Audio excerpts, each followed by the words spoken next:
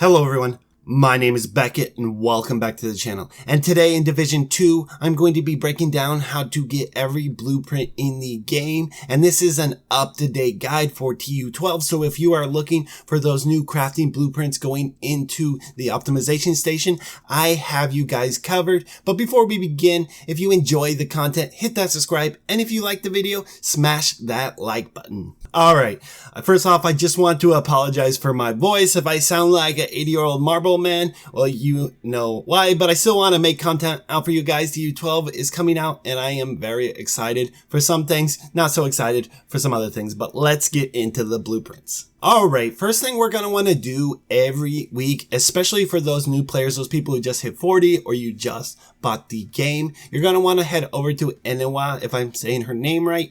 I'm not quite sure, always butcher it, but you're going to want to head over to her and she's going to sell you blueprints. Now, if you already have the blueprints, they're not going to be there. So that's a good thing. You're already on your journey to get your blueprints, but if you don't, go ahead and pick them up. That's 2 blueprints you don't have to worry about every week. Also, if you've picked up any exotics, you're going to be able to buy the reconfiguration blueprint so you can hop over to the crafting station and re-roll your exotic till you get the preferred roll you like. All right, next thing we're going to do is we're going to pull up our projects and we're going to see that we have one daily project that's going to reward a blueprint and we're going to have one weekly project. So right off the bat, we can already get 8 blueprints a week. Not only that, we're going to have our shade requisition project. And what is that? That's where we turn in all our resources, our crafting materials, and we get the exotic cash. Not only that, but it will also reward a blueprint, which is nice, so we don't have to spend all that time in these control points. Now, if we've done all of our projects, we've done our exotic cache, we've done our weekly projects,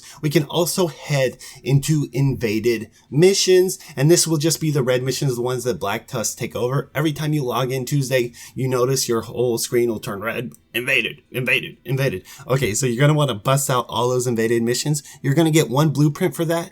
Also, you're going to get a named item. It could be a named weapon, named gear piece. It is always worth it, and there's always good gear, and there is multiple bosses in there, so you have a better chance of getting gear than you would if you just ran it regular with hyenas or Chusons or whatever it may be. Now, we do have control points, and this is probably one of the last things I would do on the list just because they are very boring, but they reward gear. So if you run in challenging and you can do a control point 3, you're going to get 1 blueprint every time. Now, if we hop over to heroic and do a CP4, you are going to get 2 blueprints all the time. This is very nice, really easy to bust those out. And if you have no problem running heroic checkpoints, you can bust them out very quickly. And if you have friends or you're in a clan, go ahead and talk to them, be like, oh, I'm going to be running these, and just go and hop on those. You can also hop into random activity or put yourself into a random activity. And usually you'll be in checkpoints and you'll be playing with random players. Easy way to get this busted out. Now, we also have some secret side missions hidden throughout the world of Washington, D.C.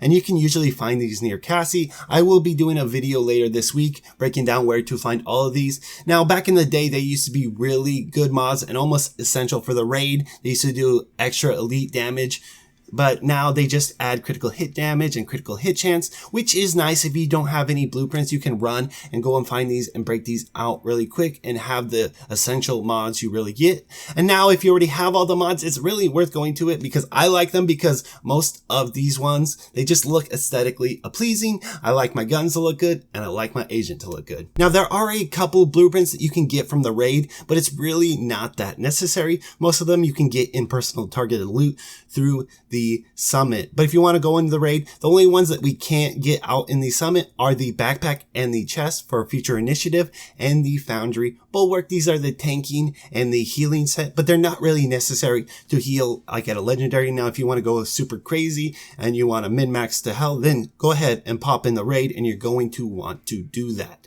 But like I said, we can hop in the summit and it's not going to be any problem. Now we get into TU12. So there's going to be a lot of changes, a lot more. So sources to get blueprints. First off, these summit caches that we do for our milestones or achievements, which is the new progression system coming into the summit in TU12. Every time you get one of those summit caches, you will get a blueprint. Now this is coming from the developers, and that is pretty much what they said. There will also be a project for the summit that is worth doing. Instead of having to clear all the way up to floor 100, you just have to clear 30 floors. So ideally, you could just go on normal and just bust it out if you just want to get your blueprint. Now the final blueprints you're going to want to get are the ones coming in TU12, and these are for the optimization station mats. These are the crafting blueprints that you will get, and you have to get these from checkpoints 3, 4, and all the other sources I said, but I highly recommend you getting this done before Tuesday, before TU12 comes out, because it's going to add into the loot pool. And if you are looking for a certain mod for your gun and you have to dig through all these gear